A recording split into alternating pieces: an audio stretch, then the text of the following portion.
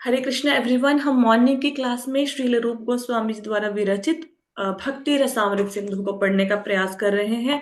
जो लोग भी भक्ति में आगे बढ़ना चाहते हैं उनको ये पुस्तक जरूर जरूर जरूर पढ़नी चाहिए। Highly recommended. बहुत सुंदर है। हम इसके आमुख से शुरू करेंगे, प्रस्तावना से। मतलब मेरे को यहाँ पे प्रस्तावना मिली है, मेरे को आमुख इसमें नहीं मिला है ऑनलाइन। तो मैं ना इसमें आपको ना बुक से पढ़ के बताऊंगी। मेरे पास जो बुक है, मेरे को ऑनलाइन हिंदी में मिल नहीं रहा, बट आई एम ट्राइंग, मैं इंग्लिश में ढूंढने की कोशिश करती हूँ। आप इसको ध्यान से सुनना, ठीक है। जब भी हम लोग कोई भौतिक जगत की पुस्तक पढ़ते हैं ना, तो क्या होता है कि हम लोग शुरू करते हैं फर्स्ट चैप्टर से। जो आगे प्रस्तावना इत्यादि लिखा होता है, भूमिका लिखी होती है, वो हम नहीं पढ़ते। लेकिन हम लोग ये जो पढ़ेंगे, भक्ति रसामृत सिंधु या कोई भी आप ग्रंथ पढ़ें, उसको आपने वर्ड टू वर्ड पढ़ना है। ठीक है, डेडिकेशन से लिख के वहां से शुरू करके पढ़ना है। Just 1 minute.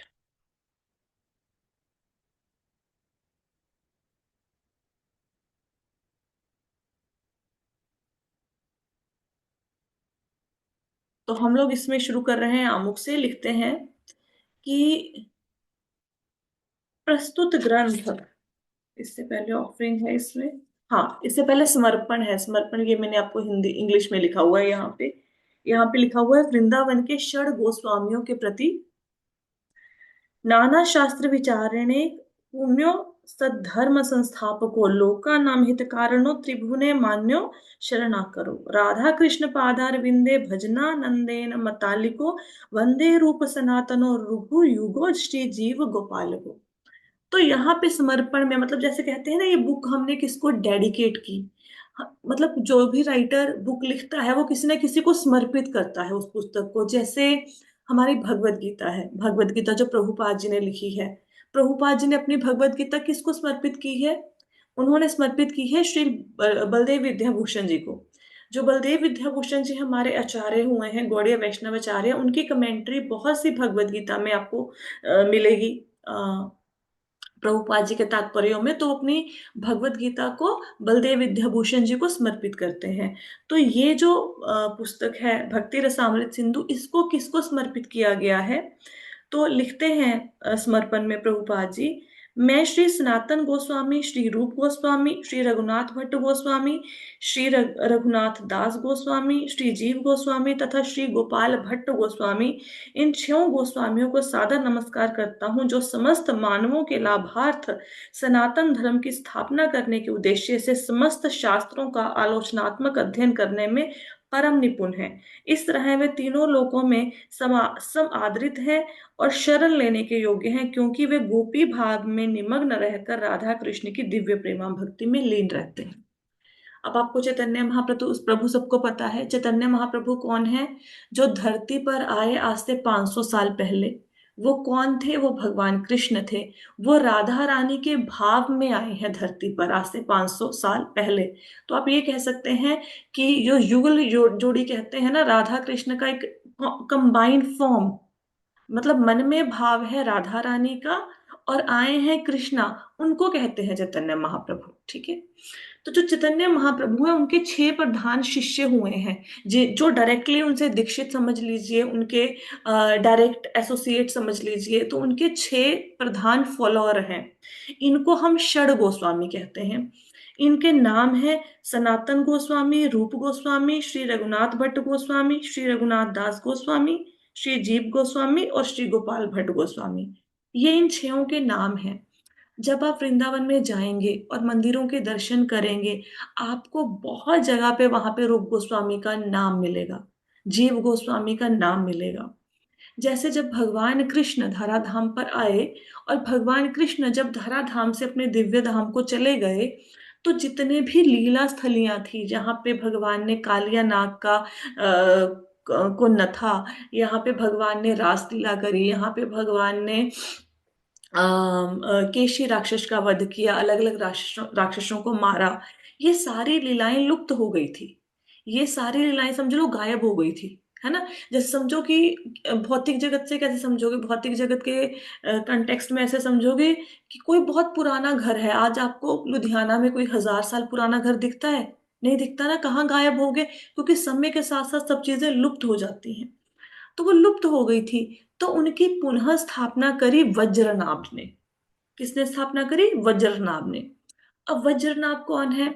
वज्रनाभ है भगवान कृष्ण के पड़पोते, ग्रेट ग्रैंडसन। भगवान कृष्ण। परीक्षित के बेटे है ना? नहीं नहीं नहीं नहीं माता जी, जन्म आप जन्म जन्म नहीं नहीं, आप सुनो ध्यान से पहले। देखो, अच्छा, ये वो मैं आ गई। हाँ, अनिरुद्ध के आगे बेटा था शायद। आप पांडवों में चले गए, ठीक है। जब युधिष्ठिर महाराज को पता लगा कि भगवान कृष्ण, हुआ क्या था कि भगवान कृष्ण मथुरा द्वारिका में थे और ये सारे हस्तिनापुर में थे। द्वारिका तो आपको पता ही है, गुजरात में है। और ये जो क्या कहते हैं, हस्तिनापुर है, ये दिल्ली है हमारा। तो युधिष्ठिर महाराज ने अर्जुन को भेजा कि अर्जुन, भगवान कृष्ण बहुत देर से हमें मिले नहीं हैं, वो द्वारिका में है, जाओ जाके पूछ के आओ कि उनकी आगे क्या प्लानिंग है, कि वो अभी धरती पर कौन सी लीला करना चाहते हैं, और उनका कुशल क्षेम पूछ के आओ। पहले के जमाने में से तार तार टेलीफोन तो होते नहीं थे, तो अर्जुन को भेजा। अर्जुन को वहां पे गए हुए 7 महीने हो गए, अर्जुन वापस नहीं आया। और इधर युधिष्ठिर महाराज को ना अलग अलग अपशगुन दिखने लग गए। जैसे उनको दिखने लग गया कि एक ऋतु दूसरी ऋतु में चली गई है, जैसे बारिश के मौसम में गर्मी पड़ने लग जाए, गर्मी के मौसम में सर्दी आ जाए। और उनको लगा जैसे आकाश से तारे गिर रहे हैं, उनको ऐसा लगा कि जैसे मंदिर में जितने भी विग्रह हैं ना, वो सारे रो रहे हैं। गाय ने दूध देना बंद कर दिया है, और बगीचों में कोई फूल नहीं खिल रहे, सब जगह अपशगुन दिखने लग गए। तो उन्होंने भीम को बुला के कहा कि मेरे मन में ना बड़ा डाउट हो रहा है कि ये हो क्या रहा है ना, कोई अपशगुन तो नहीं हो गया। उन्होंने बोला कि मुझे ऐसा लगता है कि शायद भगवान कृष्ण धराधाम से प्रस्थान तो नहीं कर गए। इतने में अर्जुन आ गए, उन्होंने बताया कि भगवान कृष्ण अभी धराधाम पर नहीं रहे। बहुत लंबी स्टोरी है, जब भागवतम पढ़ाऊंगी उसमें डिटेल में वर्णन करेंगे। तो युधिष्ठिर महाराज ने क्या किया, उन्होंने जो अपना राज्य था हस्तिनापुर का, मतलब युधिष्ठिर महाराज पूरे संसार के राजा थे। ऐसे अलग अलग देश नहीं होते थे, अमेरिका अफ्रीका अफगानिस्तान ये नहीं होते थे, एक ही देश होता था। और उसके चक्रवर्ती सम्राट कहते थे जो उसका राजा होता था। तो युधिष्ठिर महाराज चक्रवर्ती सम्राट थे। उन्होंने अपना राज्य परीक्षित महाराज को दे दिया। परीक्षित महाराज कौन है? अर्जुन के बेटे हैं अभिमन्यु। सबको ये तो पता ही होगा, अभिमन्यु के बेटे हैं परीक्षित महाराज, तो युधिष्ठिर महाराज के पोते हो गए। और कोई बचा नहीं था, सब मर गए थे महाभारत के युद्ध में। तो उनको राज्य दे दिया, और अब वो चले गए उत्तर दिशा की तरफ चले गए। और फिर उन्होंने वहां पे, मतलब भगवान के धाम में चले गए। वहां से वो आपको भागवतम में स्टोरी सुनने को मिलेगी। इधर उन्होंने जाने से पहले क्या किया, जो मथुरा का राज्य था, मथुरा का राज्य उन्होंने दे दिया वज्रनाभ को। ठीक है, वज्रनाभ कौन है? भगवान कृष्ण के बेटे हैं प्रद्युम्न। हम्म? प्रद्युम्न कौन है? प्रद्युम्न एक्चुअल में कामदेव है। कामदेव को भस्म कर दिया था शिव जी ने, फिर कामदेव प्रकट हुए प्रद्युम्न के रूप में। कृष्ण और रुक्मिणी जी के बेटे हैं, और उनका जो रंग रूप है वो एग्जैक्टली कृष्णा जैसा है। तो प्रद्युम्न का जब जन्म हुआ, उनको एक राक्षस चुरा के ले गया था। वो फिर वहां से वो मछली के पेट में चले गए थे, समुद्र में फेंक दिया था, फिर वहां से मछली के पेट से निकले, ऐसे बड़ी लंबी स्टोरी है खैर। तो जब, मतलब भगवान कृष्ण और रुक्मिणी ने देखा नहीं था प्रद्युम्न को, उनकी शादी तक भी नहीं देखा था। तो जब फिर प्रद्युम्न बाद में आते हैं, मिलते हैं, तो रानियां उनको कृष्ण समझ लेती हैं, क्योंकि कृष्ण तो बूढ़े हुए नहीं थे। प्रद्युम्न आए तो उनको लगा कि कृष्ण आ गए, तो सब शर्माने लग जाते। बाद में पता लगता है कि कृष्ण ही प्रद्युम्न है, तो उनकी रंग रूप भगवान कृष्ण जैसा था। प्रद्युम्न के बेटे हैं अनिरुद्ध।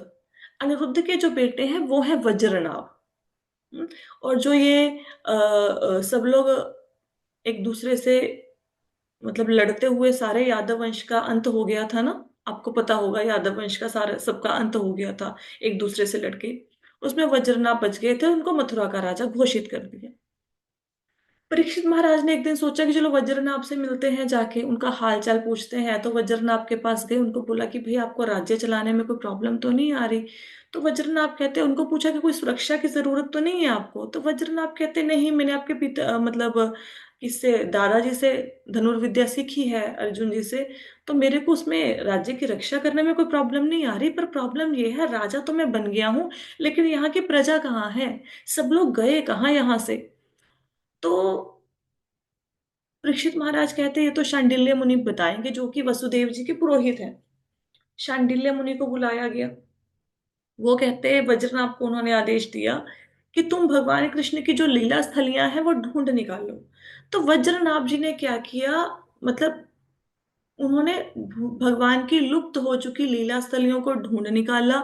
फिर दिल्ली से वहां पे आर्किटेक्ट गए, कारीगर गए, वहां से और लोग गए, फिर वहां पे जाके मथुरा में बसे, और फिर वहां पे उन लीला स्थलियों को दोबारा प्रकट किया गया, दोबारा से उन मंदिरों का निर्माण किया गया। फिर समय बीत गया, फिर 5,000 साल बीत गए इस घटना को, और फिर से सारी लीला स्थलियां लुप्त हो गई, फिर से गायब हो गई।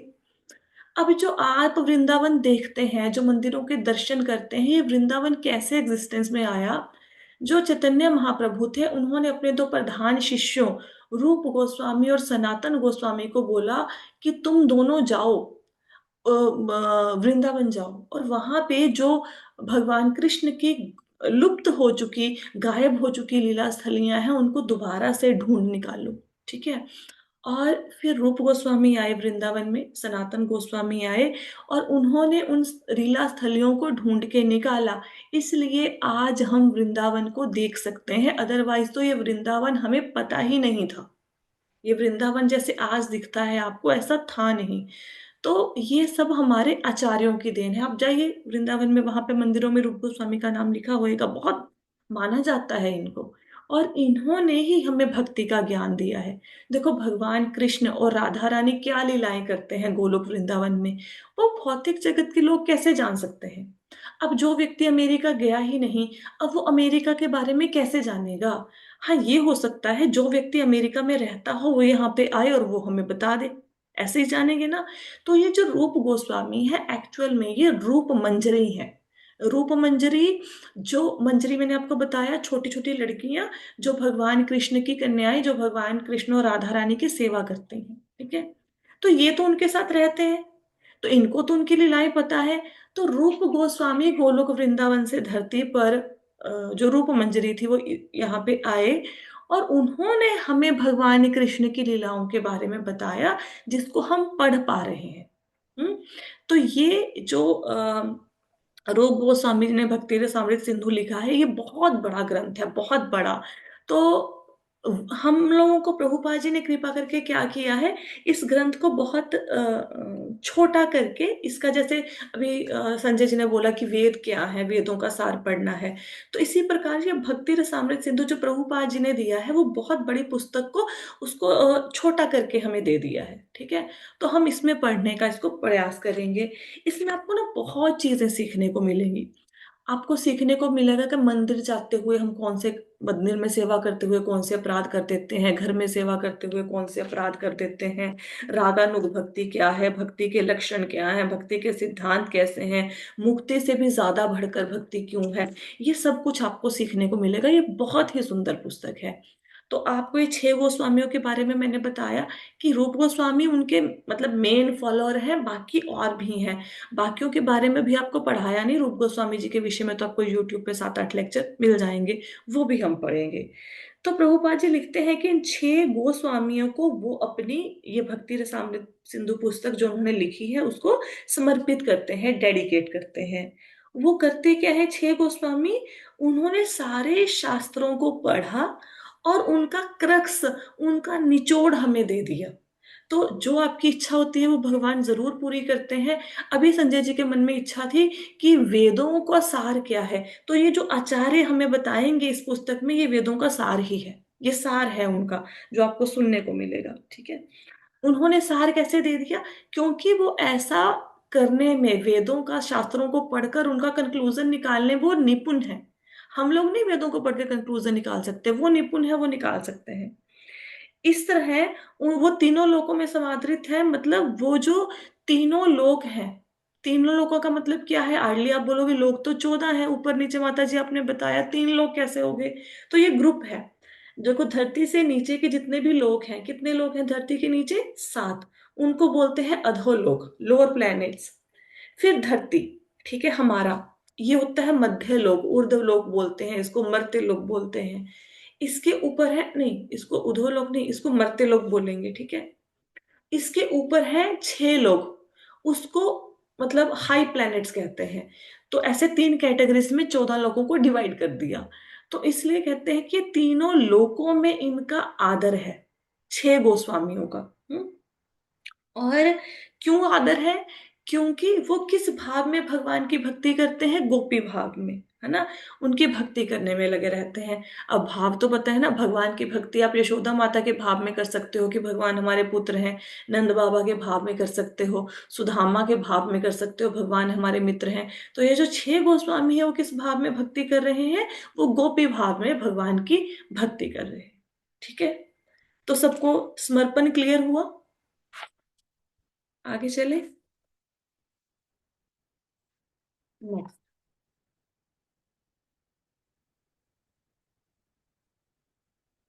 अभी है आमुख, प्रीफेस, इसको पढ़ेंगे।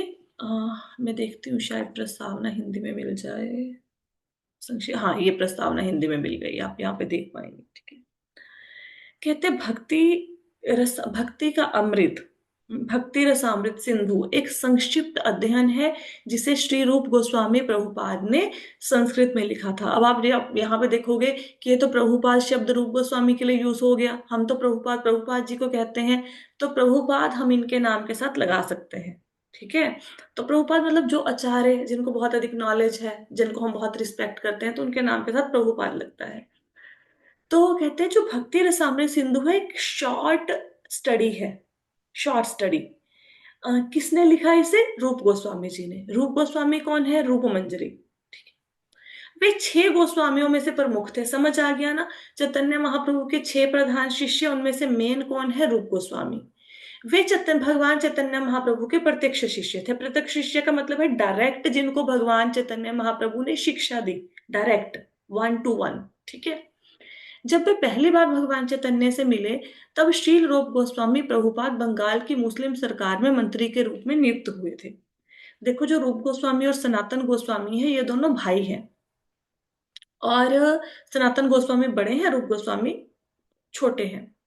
आइडली ये ब्राह्मण थे, और ब्राह्मण भी उच्च कोटि के ब्राह्मण थे। जैसे गोत्र होते हैं ना, अब हर कास्ट में, लेकिन हर एक गोत्र का उतने महत्व नहीं होता, तो ब्राह्मणों में भी उच्च कोटि के ब्राह्मण होते हैं, ठीक है। तो ये उच्च कोटि के ब्राह्मण थे।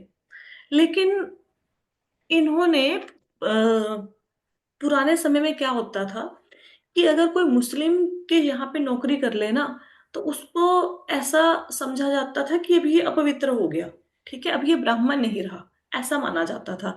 इवन जैसे मुस्लिम ने कुछ पिया, उसका कुछ पिया हुआ पानी ग्रहण कर लिया, वहां से कुछ ले लिया, तो ऐसा मानते थे कि अभी ये हमारी कास्ट से बाहर हो गया, ऐसा माना जाता था। तो ये दोनों ब्राह्मण थे। और मैंने कहीं पे किसी लेक्चर में सुना था, वही बात आपको बता रही हूँ। मतलब ये ऐसे ये इनको ना सारी भाषाओं की नॉलेज थी, अरबी, फारसी। उस समय में जिनको ऐसी भाषाएं आती थी, उनकी बड़ी ना रिस्पेक्ट होती थी, और ये इंटेलिजेंट भी बहुत थे।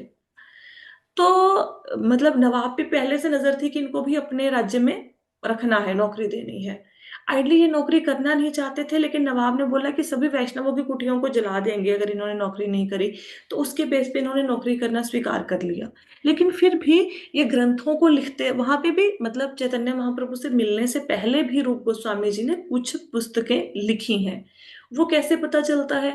वो ऐसे पता चलता है कि जैसे ना, कोई व्यक्ति डेडिकेट करता है किसी ग्रंथ को किसी को, तो उसमें उन्होंने उन ग्रंथों को ना चैतन्य महाप्रभु को डेडिकेट नहीं किया, उन्होंने अपने बड़े भाई सनातन गोस्वामी को डेडिकेट किया है। तो यहाँ से अनुमान लगाया जाता है कि हो सकता है तब तक वो चैतन्य महाप्रभु से नहीं मिले थे, उससे पहले वो पुस्तकें उन्होंने लिखी। तो जो रूप गोस्वामी है और सनातन गोस्वामी है, नवाब हुसैन के यहाँ पे नौकरी करते थे, और इनकी बड़ी हाई प्रोफाइल थी।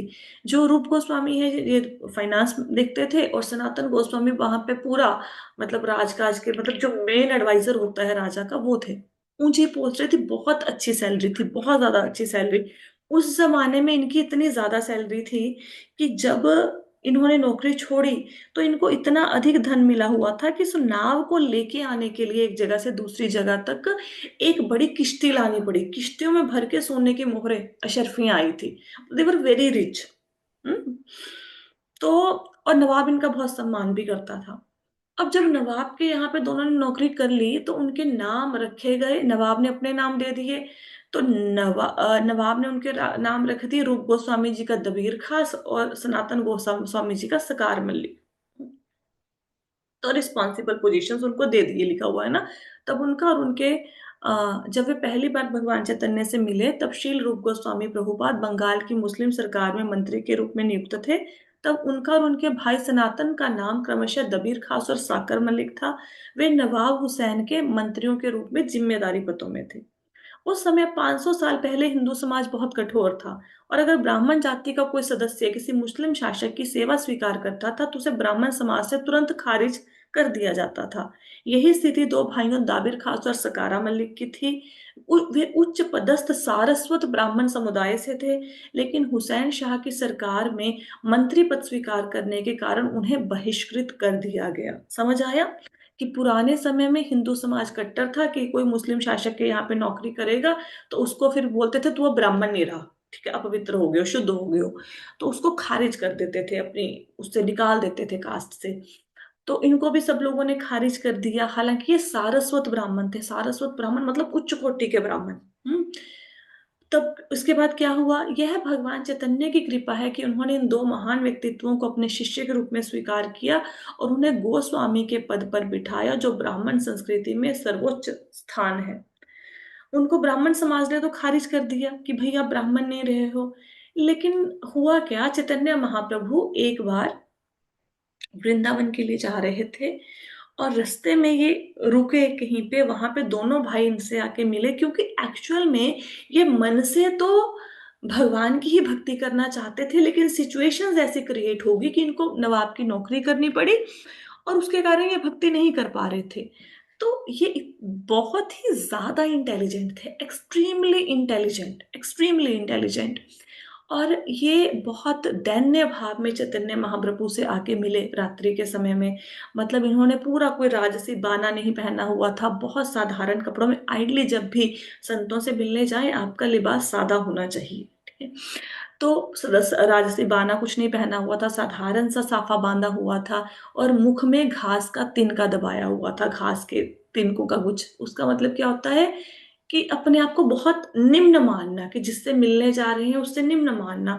अगर आपने रामायण देखी हो, जो टीवी पे रामायण आती है रामानंद सागर जी की, उसमें बार बार एक डायलॉग रिपीट हुआ है कि अगर रावण को बोलते हैं कि अगर तुम चाहते हो कि तुम्हारा वध ना हो राम के हाथों में तो मुख में घास का तिनका लेके भगवान राम की शरण ग्रहण करो, ऐसा बोला जाता है। तो मुख में घास का तिनका दबाकर ये मिले चैतन्य महाप्रभु से।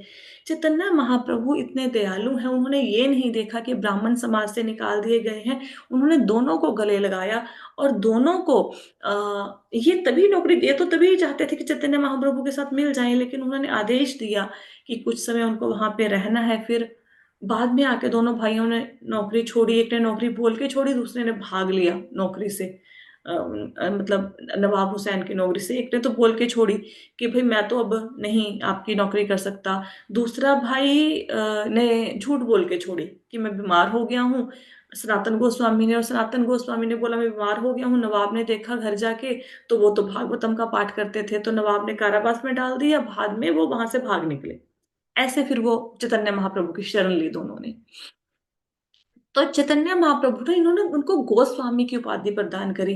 देखो गोस्वामी की उपाधि आजकल तो हर कोई बंदा गोस्वामी लगाए जा रहा है। गोस्वामी सिर्फ उनके साथ लग सकता है जिनका अपनी इंद्रियों पे पूर्णतः कंट्रोल है। गो अर्थात इंद्रिय, स्वामी अर्थात मालिक। जो अपनी इंद्रियों पे पूरी इंद्रियों के मालिक हैं, संयमित इंद्रियां हैं जिनकी, वो गोस्वामी है। मन पे कंट्रोल है, इंद्रियों पे कंट्रोल है। हालांकि ब्राह्मणों ने निकाल दिया, लेकिन चैतन्य महाप्रभु ने कौन सी उपाधि दे दी, गोस्वामी की। तो उनको ऊंचा उठा दिया। भगवान कृष्ण यही, मतलब वो इतने दयालु हैं, चैतन्य महाप्रभु इतने दयालु हैं कि उन्होंने हर एक का उद्धार किया है। हम्म? तो इस प्रकार भगवान चैतन्य ने हरिदास ठाकुर को अपना शिष्य स्वीकार किया। यद्यपि हरिदास का जन्म एक मुसलमान परिवार में हुआ था, बाद में भगवान चैतन्य ने उन्हें भगवान के पवित्र नाम का आचार्य बना दिया। हरे कृष्ण कृष्ण कृष्ण हरे हरे, हरे राम राम राम हरे हरे। यहाँ पे वे बता रहे हैं कि और एक भक्त थे जिनका नाम था हरिदास ठाकुर। हालांकि वो कौन थे? वो मुस्लिम परिवार में पैदा हुए थे, लेकिन चैतन्य महाप्रभु इतने कृपालु हैं कि आज से 500 साल पहले जब हिंदू समाज इतना कट्टर था, उन्होंने इनिशिएटिव लिया और हरिदास ठाकुर को नामाचार्य बना दिया। हम बोलते हैं ना, नामाचार्य हरिदास ठाकुर की जय। और उनके तो क्या कहने, उनकी तो स्टोरी आप सुनेंगे तो अमेजिंग है ना। उनको तो नवाब ने आदेश दिया कि 22 जगह पर, ये मुस्लिम है, ये इसने भगवान का नाम लेना शुरू कर दिया, इसको देखकर तो बाकी लोग भी कृष्ण कृष्ण करने लग जाएंगे, कि 22 बाजारों में इनको कोड़े मारे जाएं। उनको 22 बाजारों में खड़े करके कोड़ों से पीटा गया, लेकिन उन्होंने भगवान का नाम लेना नहीं छोड़ा। और इतना करने के बाद भी, साधारण कोई मनुष्य होता तो मर जाता, लेकिन रूप गोस्वामी जी फिर भी, उसके बाद फिर वो लोगों ने समझा ये मर गए, है ना, लेकिन उनकी मृत्यु नहीं हुई थी। फिर नदी में गए, फिर वहां से निकल आए। तो इनके बारे में भी हम पढ़ेंगे। तो हरिदास ठाकुर को भी इन्होंने नामाचार्य बनाया दिया, है ना। तो हरिदास ठाकुर तो ब्रह्मा जी हैं, आई थिंक। हाँ, आई थिंक ब्रह्मा जी है। कल मैं आपको क्लियर कर दूंगी। जैसे भगवान आते हैं तो मैंने आपको बताया पूरी टीम लेके आते हैं। तो आज से 500 साल पहले भी जब भगवान आए, चैतन्य महाप्रभु आए, तो पूरी टीम लेके आए थे। बलराम जी को लेके आए थे, राधा रानी को लेके आए थे। जो गदाधर पंडित आप पढ़ते हैं चैतन्य चरितामृत में, वो राधा रानी है ना। अद्वैताचार्य महाविष्णु है। इनके विषय में हम पढ़ेंगे। अभी शायद आपको ये बातें समझ नहीं आ रही। बस इतना समझ लीजिए कि 500 साल पहले जब चैतन्य महाप्रभु यहाँ पे आए थे, तो उनके साथ नारद मुनि, अर्जुन, ललिता सखी, विशाखा सखी, कंस और नंद बाबा, ये सब के सब आए थे। सब, हनुमान जी आए थे, उनके साथ पांडव, ये सब आए धरती पर। उनका पता आपको लगेगा चैतन्य चरितामृत में भी, कौन सा व्यक्ति कौन है। ठीक है, हु इज हु, राइट। तो आज तो हम एक पैराग्राफ कर पाए, कल और कथा को आगे बढ़ाएंगे। समझ आया सबको? क्लियर हुआ? चलो, आई होप सो। माता जी हम तीन ही है, सब कौन है? है, हम तो तीन ही है इधर। हम तीन? अच्छा, तीन ही है। अच्छा ठीक है, तो आप लोगों को क्लियर हुआ? ठीक है, हाँ चलो। मजा आया। मजा आया ना? मतलब अच्छा लगता पड़ती है।